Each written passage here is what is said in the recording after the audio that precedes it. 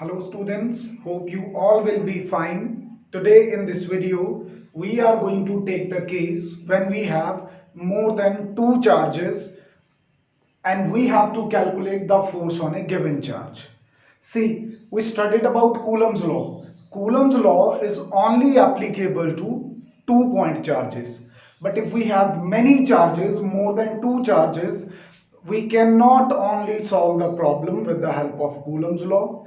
In addition to Coulomb's law, we need one more thing that is known as principle of superposition. What does it say?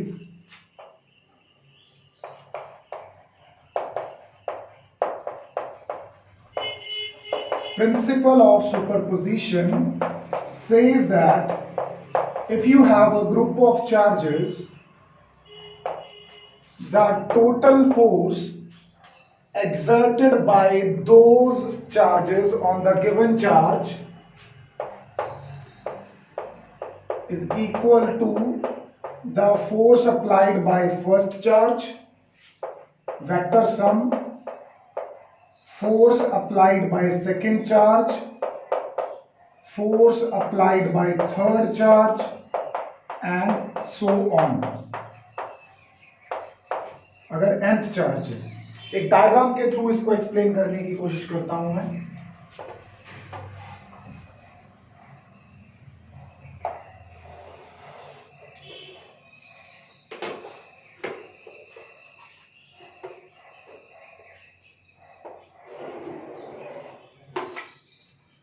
Suppose कि मेरे पास इस 3-डायमेंशनल space में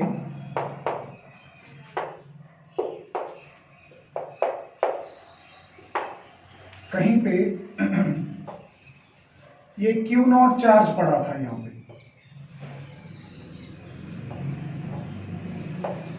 this was my charge under consideration. इसके around और बहुत सारे charges present हैं. Let's say एक चार्ज यहां पे प्रेजेंट है, right. Let's name it as Q1. दूसरा चार्ज जो है वो यहां पे प्रेजेंट है. Let's say it is Q2. हम थोड़ा इसको सिंपल रख के चलते हैं, तो मैं यहां पे 3 चार्जेस ले लेता हूं, उसको n तक इक्वेशन को क्या कर लूंगा, एक्सटेंड कर लूंगा. एक चार्ज यहां पे पड़ा है, लेट्स से Q3. तो ये मोर देन 2 चार्जेस हो गए. अब ये तीनों मिलके इस Q0 चार्ज पे कितनी फोर्स लगाएंगे, हमें वो कैलकुलेट करना है.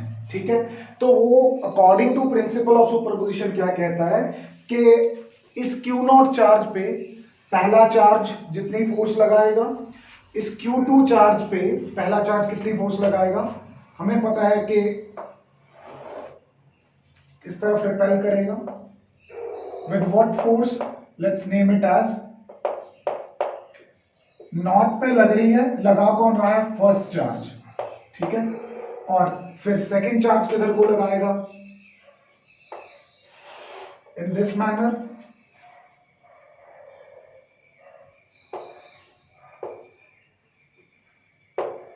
Let's name it as F naught 2. इस Q0 चार्ज पे Q2 कितनी फोर्स लगाएगा. और सिमिलरली ये जो Q3 चार्ज है, how much force it is going to exert.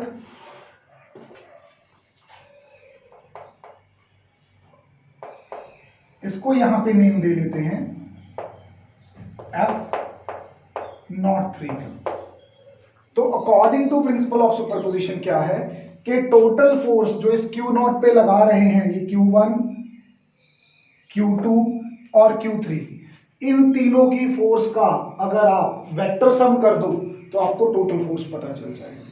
ठीक है, this is what we do in principle of superposition. अब इसकी इवैल्यूएशन के लिए, इसका फॉर्मूला डिराइव करने के लिए हम सभी चार्जेस को एक पोजीशन वेक्टर असाइन कर देते हैं जो उनकी पोजीशंस बताए. और पोजीशन वेक्टर का रेफरेंस कहां से लेते हैं, ओरिजिन से. सो जो Q1 चार्ज है इसका पोजीशन वेक्टर ले लेते हैं हम R1. ठीक है, इसी तरह से जो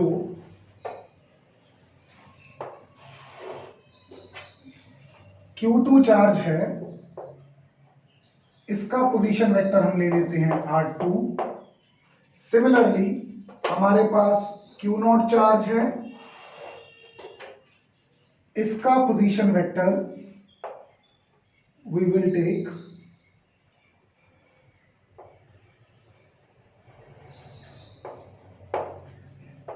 R0 वेक्टर, और लास्ट जो हमारे पास एक और चार्ज बचा है which is Q3 according to our supposition, तो इसको कौन सा पोजीशन वेक्टर असाइन कर देते हैं R3।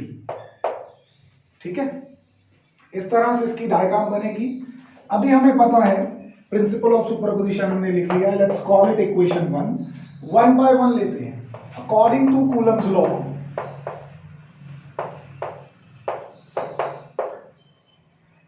जो FO1 है, मतलब Q0 चार्ज पे जो फर्स्ट चार्ज फोर्स लगा रहा है, उसका वेक्टर एक्सप्रेशन क्या होगा, मैग्नीट्यूड इनटू डायरेक्शन, और vector is always equal to magnitude into direction. तो ये मैग्नीट्यूड क्या होने वाला है, K times first charge into second charge divided by the distance between these two charges. इनके बीच के डिस्टेंस को let me call R12 because force की डायरेक्शन वो है, तो 1 से O की तरफ, तो 1O लिख लिया यहां पे। ठीक है, इनटू डायरेक्शन भी उस फोर्स की किधर है, इन दिस मैनर। इसको पोजीशन वेक्टर, इसको जो डायरेक्शन बताने के लिए यूनिट वेक्टर यूज करूंगा मैं, वो भी R1 को यूज कर लूंगा। ठीक है, let's call it equation 2। Similarly अगर मैं यहां पे F02 का एक्सप्रेशन लिखूं तो वो भी क्या होगा, F02 यानी कि force between second charge and Q0। ठीक है, Q2 एंड Q0, तो ये किसके बराबर होगी, K times Q0 into Q2। ठीक है, डिवाइडेड बाय इनके बीच का जो डिस्टेंस है, लेट्स सपोज इट कि ये कितना है, R20 है, और इसकी डायरेक्शन F2 से लेके 0 की तरफ, 2 से लेके 0 की तरफ लग रही है ये फोर्स, तो इसका पोजीशन वेक्टर भी क्या हो गया, इसका यहाँ पे यूनिट वेक्टर भी क्या हो गया, R20। इसी तरह अगर मैं चलता जाऊं और लास्ट तक एक्सप्रेशन, अगर यहाँ पे मेरे पास n चार्जेस होते, 3 की बजाय n नंबर ऑफ चार्जेस होते, तो आगे के एक्सप्रेशन बनने थे। यहाँ पे Q0 Q1 है, Q0 Q2, Q0 Q3, Q0 Q4 and so on, Q0 Qn। यहाँ क्या बनता, R10 square, R20 square, R30 square and so on, last पे क्या बनता, Rn0 स्क्वायर। यूनिट वेक्टर क्या बनते, R10 cap, R20 cap, R30 cap and so on, Rn0 cap. फिर सभी की वैल्यू किस में सब्स्टिट्यूट कर देते, इक्वेशन 1 में। तो इक्वेशन 1 यहाँ पे क्या बनने वाली है हमारे पास, जो नेट फोर्स है,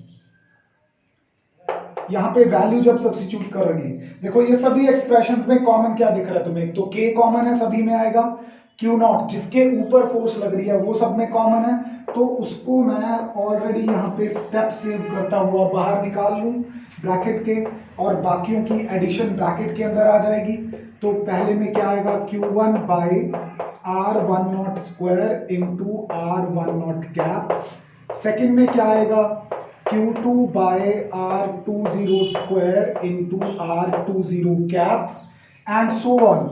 इसी तरह से बढ़ता जाऊं तो लास्ट क्या होगा, Qn bye Rn0 square into Rn0 या NO कैप। अब यहां पे मैथमेटिक्स तुम्हारी हेल्प करेगा। इस सारे कॉम्प्लेक्स स्टेप को आप शॉर्ट करके कैसे लिखते हो, इसको रिड्यूस करके कैसे लिखते हो आप, you take the help of summation. तो K Q0 तो वैसे ही लिख लिया जाएगा, यहां पे अप्लाई कर दूंगा मैं समेशन, और ध्यान देखो 1 2 3 4 5 सो ऑन n। तो मैं यहां पे इनकी जगह एक कॉमन नंबर लिख देता हूं, कॉमन अल्फाबेट यूज कर लेता हूं उसको कॉम्पैक्ट करने के लिए, दैट इज i। और i की वैल्यू कहां से कहां तक जा रही है, 1 से लेके n तक। i की वैल्यू 1 है, फिर 2 है, फिर 3, फिर 4 एंड सो ऑन n। इसी तरह नीचे देखो, नॉट तो सब में आ रहा है, ठीक है, यहाँ पे भी और यूनिट वेक्टर में भी। सिर्फ यहाँ पे 1 है तो यहाँ भी 1 है, यहाँ पे 2 है तो यहाँ दोनों जगह 2 है, यहाँ पे n है तो दोनों जगह पे n है। तो इसको कॉम्पैक्ट करके कैसे लिख देंगे, R I O square into R I O cap. ठीक है, तो ये आपने कॉम्पैक्ट रिलेशन लिख लिया। फर्दर आप इसको अगर पोजीशन वेक्टर्स की फॉर्म में लिखना चाहते हो तो हमें पता है कि अगर हम फॉर एग्जांपल किसी भी ए बी वेक्टर की बात करते हैं, ठीक है, +1 में वेक्टर अलजेब्रा में हमने सीखा है, अगर हम किसी ए बी वेक्टर की बात करते हैं और ये इनमें से ए और बी सेपरेट हैं जिनको कोई ना कोई पोजीशन वेक्टर दिया गया है, तो ये क्या होता है हमारे पास, position vector of B minus position vector of A, यही होता है। बाद वाले को पहले लिख के जो पहले वाला होता है उसको माइनस करते हैं। तो यू टेल मी कि आर आई ओ को मैं कैसे लिख सकता हूं, I can write it as K और Q नॉट तो वैसे ही आ जाएगा यहां पे, I की वैल्यू 1 to m जा रही है, Q I न्यूमरेटर में वैसे ही आ जाएगा।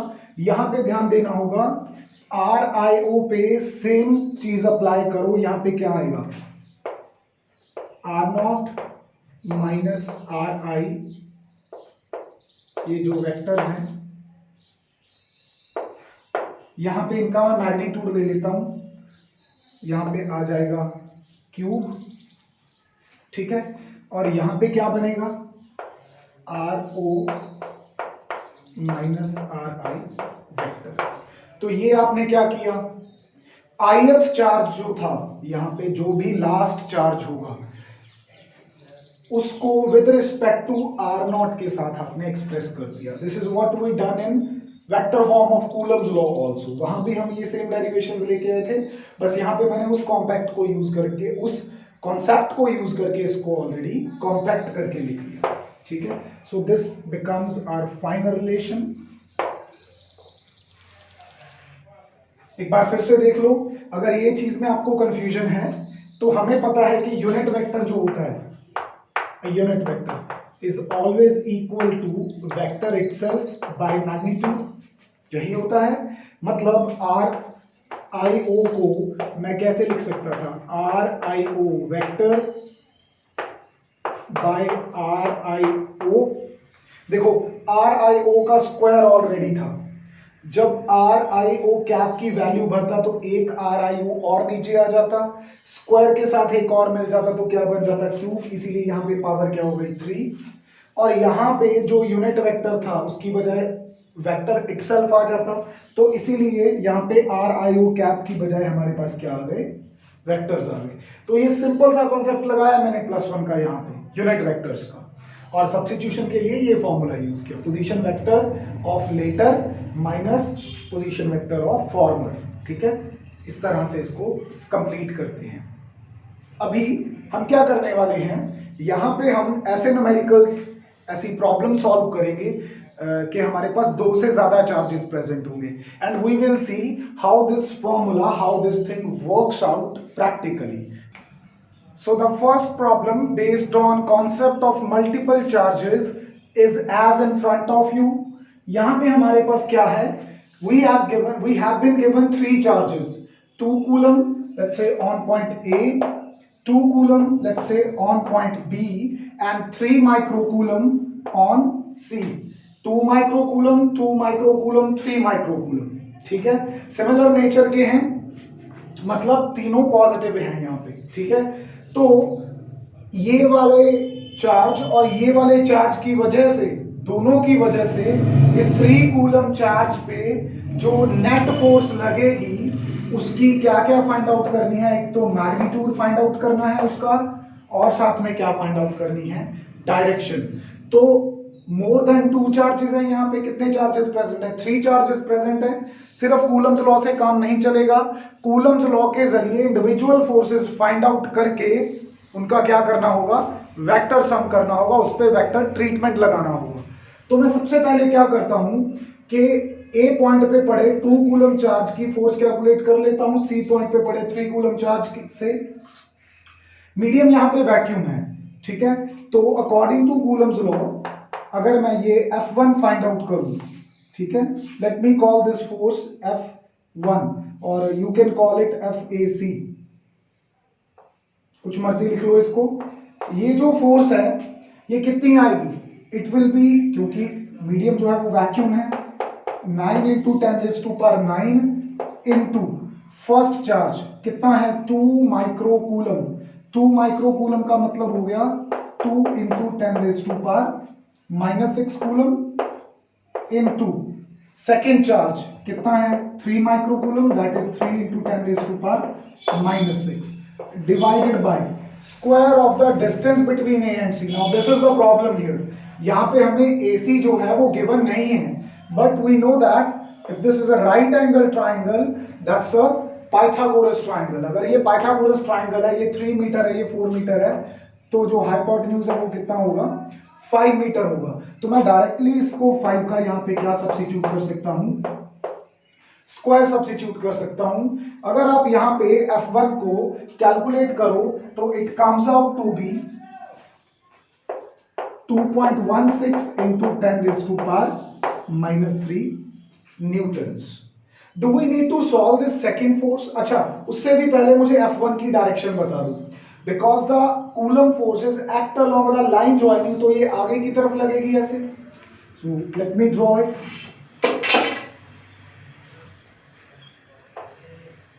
It will be in this manner. So ये जो डायरेक्शन होने वाली है ये किसकी डायरेक्शन है, F1 की, राइट? तो let's call it in the direction along AC, ठीक है। अभी यहां पे और चीज क्या देखने वाली है कि अगर मैं F2 कैलकुलेट कर लूं between charge at B and charge at C, तो ये भी 2 कूलम है, ये भी 2 माइक्रोकूलम है, this is 3 microcoulomb, again the same charges and the distance here also going to be 5 metre, तो सेम वैल्यूज होंगी। यहां पे फिर हमें अलग से सॉल्व करने की जरूरत नहीं है।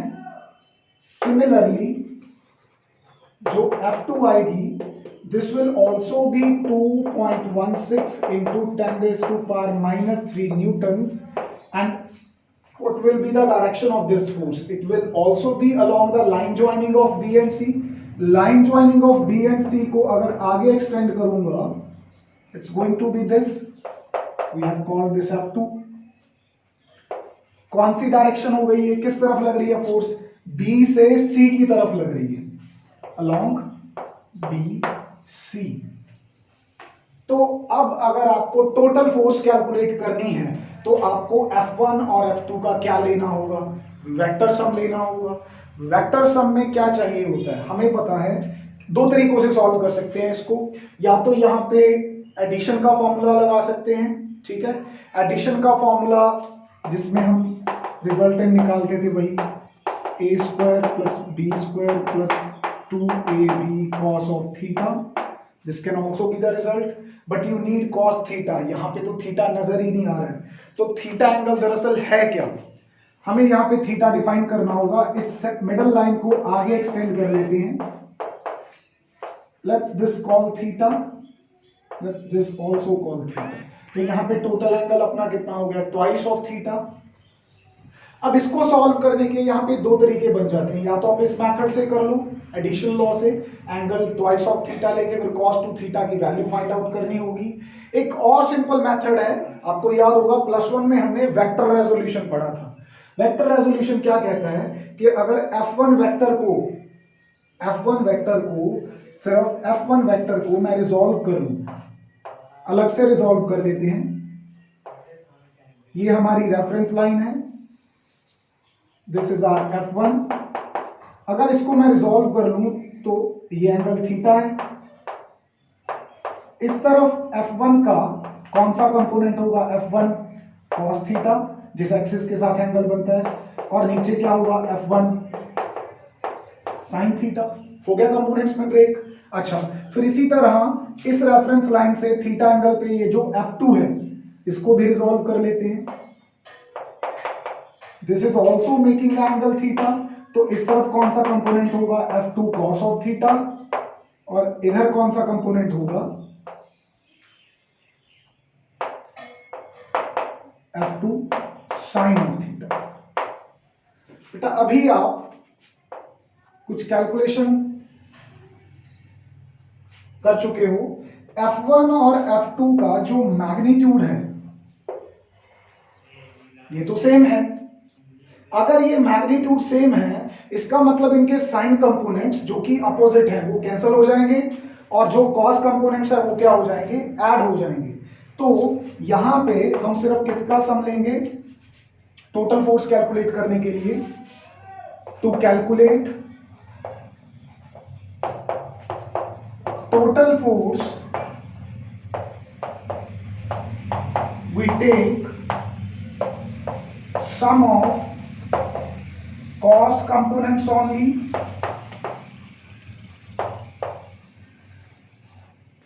मतलब जो टोटल फोर्स आएगी वो ट्वाइस ऑफ इन दोनों का सम होगी। F1 F2 इक्वल है। चलो एक बार इसको सिंपली लिख लेते हैं, F1 cos of theta plus F2 cos of theta। Actually we know that कि इनका मैग्नीट्यूड इक्वल है। अगर F1 F2 इक्वल है तो टोटल टर्म क्या बन जाएगी, twice of F cos of theta। यहां पे let's call it F net, नहीं तो सिंबल मिक्स हो जाएंगे फिर। F net हमें पता था यहाँ पे F1 F2 का जो मैग्नीट्यूड है वो क्या है, इक्वल है। तो उस चीज का फायदा उठाते हुए F2 की जगह पे F1 सब्स्टिट्यूट किया तो टोटल फोर्स बन गई twice of F1 cos theta. अब यहाँ पे वैल्यू सब्स्टिट्यूट करने का टाइम है। F1 हम ऑलरेडी कैलकुलेट कर चुके हैं, मैग्नीट्यूड में कितनी है 2.16 इंटू 10 रेज टू पावर -3। इसके अलावा क्या बचता है, अभी सिर्फ पुट करना है ये cos थीटा। इस cos थीटा को तो आप किसी भी ट्राइंगल से कैलकुलेट कर सकते हो। दिस इज थीटा, तो वर्टिकल अपोजिट की प्रॉपर्टी से ये भी थीटा बनता है। इफ दिस इज थीटा तो वर्टिकल अपोजिट की प्रॉपर्टी से ये भी थीटा बनता है। दोनों में से किसी एक ट्राइंगल से कैलकुलेट कर लो। Now cos theta is nothing but base upon क्या होता है, hypotenuse. If this is theta, this is 90 degree, this is hypotenuse. Who is going to be the base? Who is going to be the base? This is going to be the base. So यहां पे हमारे पास जो result आएगा that will be 4/5। Base कौन है 4, hypotenuse कौन है 5। इस फैक्टर को अगर आप सॉल्व करोगे तो आपके पास जो नेट फोर्स आएगी उसका मैग्नीट्यूड कैलकुलेट करने के बाद हमारे पास कितना आता है, this comes out to be 3.5 into 10 raise to power -3 newton. That's the magnitude. अब डायरेक्शन बतानी है, डायरेक्शन तो इस एक्सिस के अलोंग है, इसको हमने कोई नाम नहीं दिया। Let's give it O and let's give it X। So the net force is along OX। इस तरह की प्रॉब्लम्स देखने को मिलेंगी आपको कि एक बार उसका मैग्नीट्यूड कैलकुलेट करना है, फिर उसके बाद टोटल फोर्स निकालने के लिए आप वेक्टर अलजेब्रा का कोई भी लॉ लगा सकते हो सकता है वहां पे एडिशन का लॉ लग जाए, हो सकता है वहां पे रेजोल्यूशन का लॉ लग जाए। जिस मेथड से इजीली सॉल्व होती है problem, try to adopt that method. So that's all about this numerical problem. Next problem continue करते हैं। प्रॉब्लम 2 क्या है, consider 3 charges Q1, Q2 and Q3 each equal to Q at the vertices of an equilateral triangle of side L. What is the force on charge Q having same sign as small q placed at the centroid of the triangle?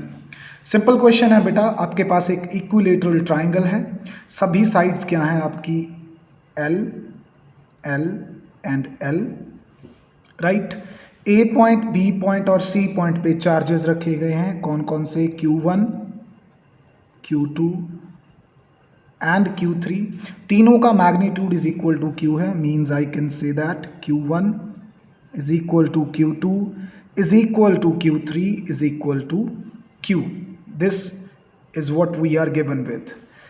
हमें अभी centroid पे एक charge रखना है, that is capital Q, और हमें इस capital Q के ऊपर फोर्स फाइंड आउट करनी है जो Q1, Q2 और Q3 इस पे लगाएंगे।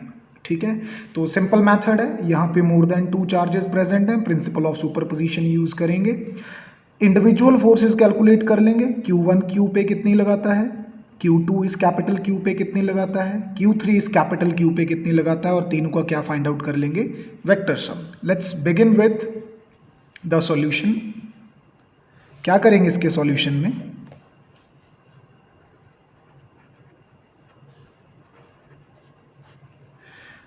लेट्स से कि जो A पॉइंट पे Q1 चार्ज रखा है, इस कैपिटल Q पे कितनी फोर्स लगाता है, F1, and it is going to be downward, क्योंकि सिमिलर पोल्स हैं, इस पे भी अगर पॉजिटिव है तो इसके ऊपर भी पॉजिटिव है। So help me out to find F1, that is nothing but K times दोनों चार्जेस का magnitude, that is Q1 into Q divided by square of their distance, what is the distance, that is AO, और साथ में क्या आ जाएगा, एक unit vector जो इसकी क्या बताएगा, डायरेक्शन, इट इज डाउनवर्ड, तो मैं इसको AO कैप लिख लेता हूं। सिमिलरली बेटा मुझे F2 लिखने में हेल्प करो। F2 जो है वो कौन अप्लाई करेगा, ये Q2 चार्ज इस पे, तो इसकी डायरेक्शन किधर होने वाली है, इन दिस मैनर, ठीक है।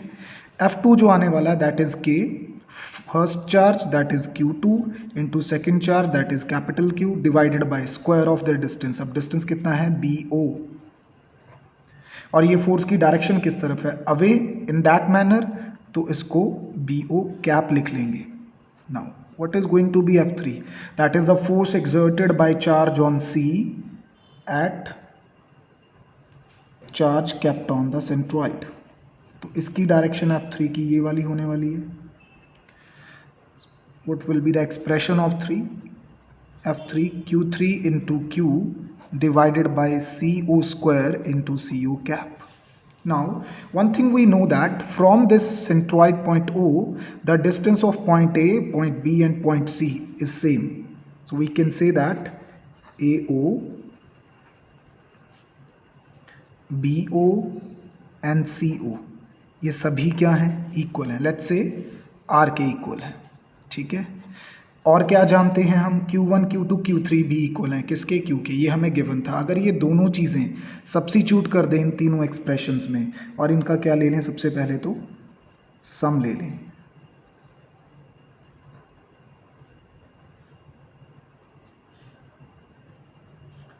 सो what we are going to substitute, हम यहाँ पे सब्स्टिट्यूट करेंगे। देखो K सब में कॉमन है, कैपिटल Q भी सब में कॉमन है, सबके डिनोमिनेटर जो हैं AO square, BO square, CO square, these are equal to R, तो ये भी कॉमन है आपके। अभी आप सोच रहे होंगे कि सर फिर अगर AO, BO और CO इक्वल हैं तो ये यूनिट वेक्टर्स का क्या करेंगे। बेटा यूनिट वेक्टर्स क्या बताते हैं, directions, the direction of F1, F2 and F3 are not same. F1 किधर काम कर रहा है, डाउनवर्ड, और F2 किधर काम कर रहा है, ऑन दैट साइड, F3 किधर काम कर रहा है, ऑन दिस साइड। तो ये इक्वल नहीं पुट कर देने, आप यहाँ पे सिंपली लिखोगे AO cap plus BO cap plus CO cap, ये इनका नेट फोर्स आना चाहिए, ठीक है। अभी ज़रा इन यूनिट वेक्टर्स को ध्यान से देखो। We know that from +1 that a vector can be displaced parallel to itself. अगर F1 नीचे की तरफ जा रहा है, इसको मैं डिस्प्लेस करके यहाँ ले आता हूँ इधर, so this is my F1, right. इसकी डायरेक्शन कौन दे रहा था, AO कैप, तो चलो इसको सिंप्लिसिटी के लिए मैं AO कैप लिख लेता हूँ, क्योंकि डायरेक्शन ही बतानी है। अच्छा F2 किधर जा रही है, अलोंग BO कैप, तो इसको भी इसके पैरेलली शिफ्ट कर देता हूँ, तो ये हो जाएगी BO कैप। अच्छा अभी थर्ड फोर्स जो है इट इज़ अलोंग CO, इसको भी इसके पैरेलली शिफ्ट कर देता हूँ निकाल के, तो ये क्या बनने वाली है, this.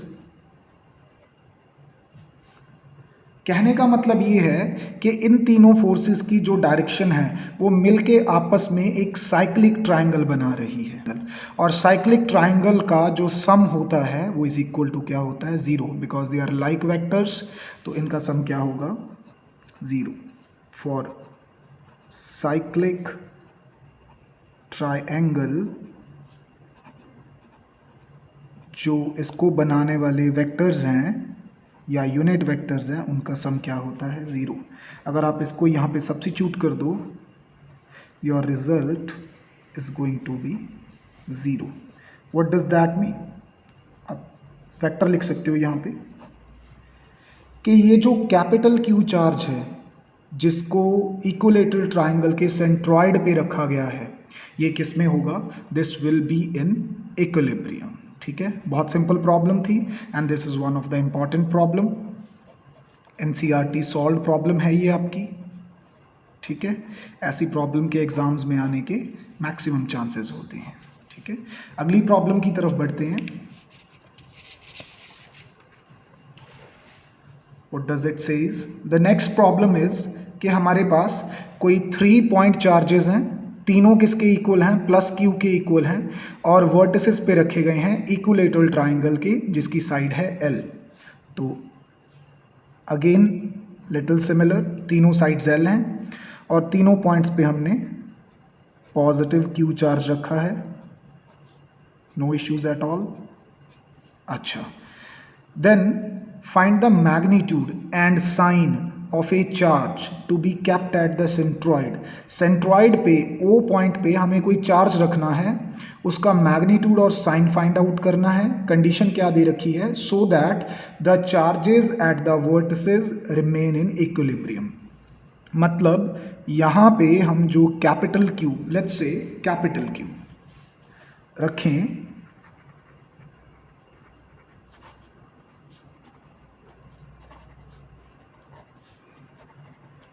is charge kept at centroid।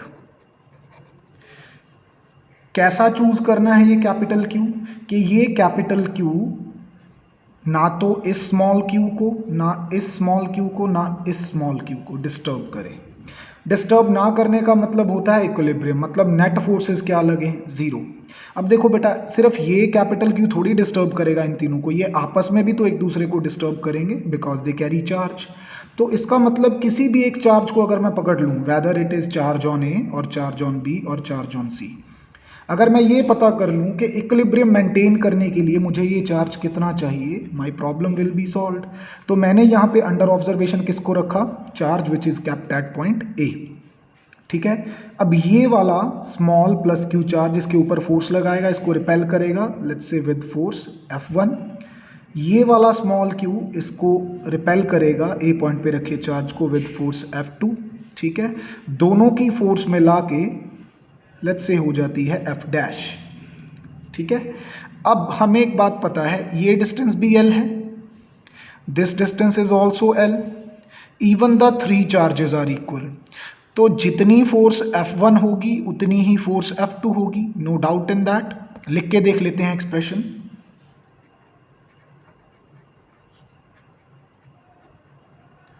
This is going to be K times product of both the charges, that is q square, q into q, let's say I'm writing F1, q and q दोनों का square होगा, divided by square of the distance which is L square. और इसकी direction क्या होने वाली है? Along BA cap. इसी तरह से बेटा अगर आप हेल्प करो मेरी, तो F2 क्या लिखेंगे हम? The force which is applied by charge kept at C on charge which is kept at A।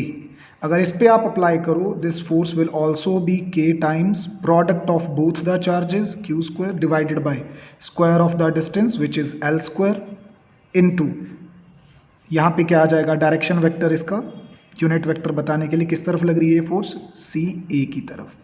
ठीक है, ये दोनों फोर्सेस का अगर मैं आपको अभी मैग्नीट्यूड निकालने के लिए बोल दूँ, हमें triangle law of vector addition से पता है दिस फॉर्म्स अ पैरेललोग्राम, और ये F डैश वेक्टर जो है this will be the diagonal. तो इस पे अगर मैं पैरेललोग्राम लॉ लगाऊं तो जो मेरी F डैश फोर्स है वो किसके बराबर आनी चाहिए?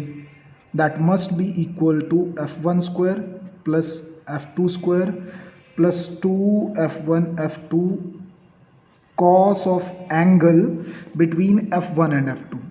द थिंग इज कि मुझे यहाँ पे एंगल्स नहीं पता है, बट मुझे एक बात कही गई है कि ट्राइंगल कौन सी है? Equilateral triangle. अगर ट्राइंगल इक्विलेटरल है तो इसका मतलब हर एक एंगल 60 का है। अगर ये टोटल एंगल 60 का है तो ये टोटल एंगल भी कितने का है? 60 डिग्री का। तो मुझे F1 और F2 में एंगल भी पता चल गया अगर मैं वैल्यू सब्स्टिट्यूट करूं।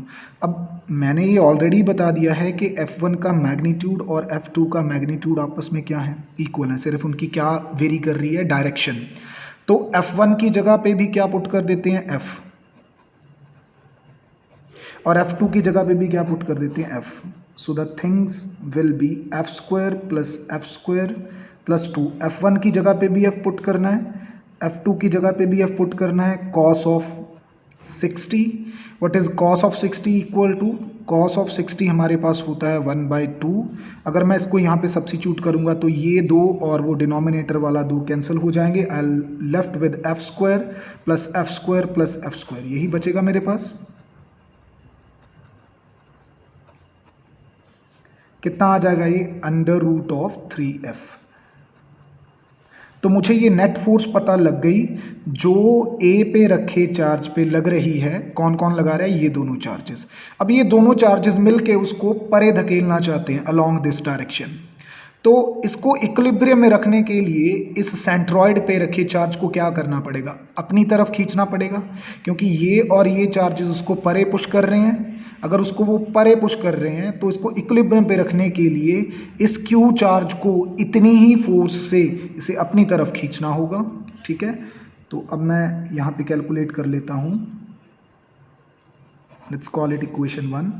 Force between small q at A and capital q at centroid O, ये वाली जो फोर्स होने वाली है, लेट्स कॉल इट F', ये क्या होने वाली है, K टाइम्स, यहाँ पे क्या होगी, दोनों चार्जेस की product, that is capital Q into small Q, divided by क्या चाहिए होगा हमें, ये distance AO।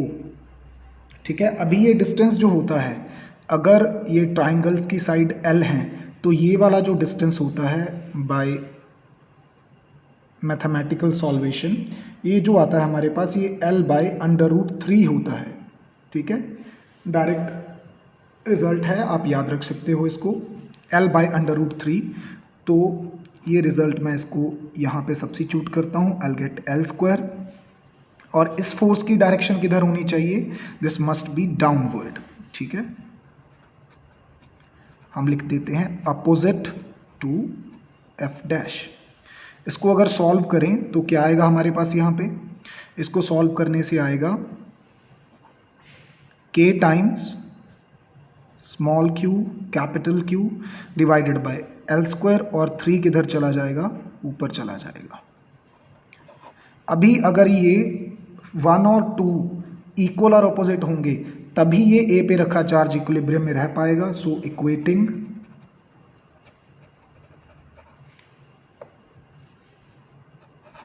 One and to को इक्वेट करेंगे तो √3f किसके बराबर रखेंगे, K times capital Q small Q divided by L², यहाँ पे स्क्वायर था, इंटू 3। f की वैल्यू आप दोनों में से कहीं से भी ले सकते हो। If I substitute that √3, right, ये क्या होने वाला है, √3,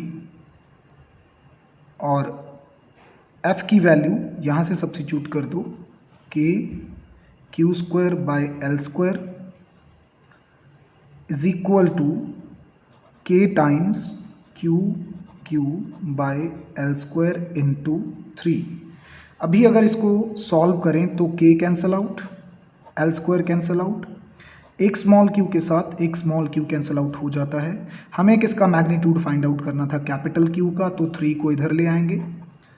the capital Q is going out to be √3/3। इसको अगर मैं सॉल्व करूं, साथ में एक क्यू भी बचता है, इसको अगर सॉल्व करूं तो ये सिंप्लीफाई करके मेरे पास बचेगा Q/√3। यानी कि जो मैग्नीट्यूड है वो तो हमने बता दिया कि इतना होना चाहिए, जो साइन है वो हम अपनी कॉमन सेंस से भी बता सकते हैं। अगर ये दोनों पॉजिटिव चार्ज इस पॉजिटिव चार्ज को रिपेल कर रहे थे तो इस कैपिटल क्यू को नेगेटिव होना पड़ेगा ताकि ये इस पॉजिटिव क्यू को अट्रैक्ट कर सके। तो इसका साइन क्या होना चाहिए, नेगेटिव। तो आपने ये कॉमन सेंस लगा के जो आपका प्रॉब्लम था उसको सॉल्व कर लिया। इसी तरह की और प्रॉब्लम्स हैं which you should do. That's all about principle of superposition. ठीक है, take care of yourself, good bye.